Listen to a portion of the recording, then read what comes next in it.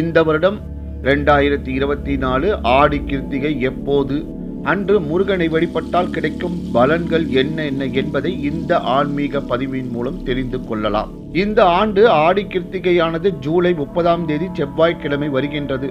ஜூலை 29ஆம் தேதி பகல் 2:41 மணிக்கு துவங்கி ஜூலை 30ஆம் தேதி பகல் 1:40 மணி வரை கிருத்திகை நட்சத்திரம் உள்ளது.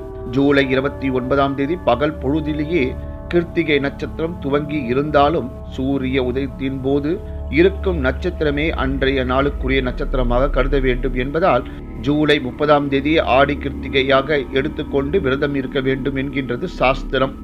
மேலும் அன்றைய தினம் மிகவும் சிறப்பான நாளாக கருதப்படுகின்றது.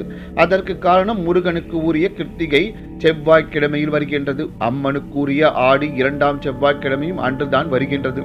இதனால் அன்றைய தினம் விரதம் இருப்பவர்களுக்கு அம்மனுடைய அருளும் முருகனுடைய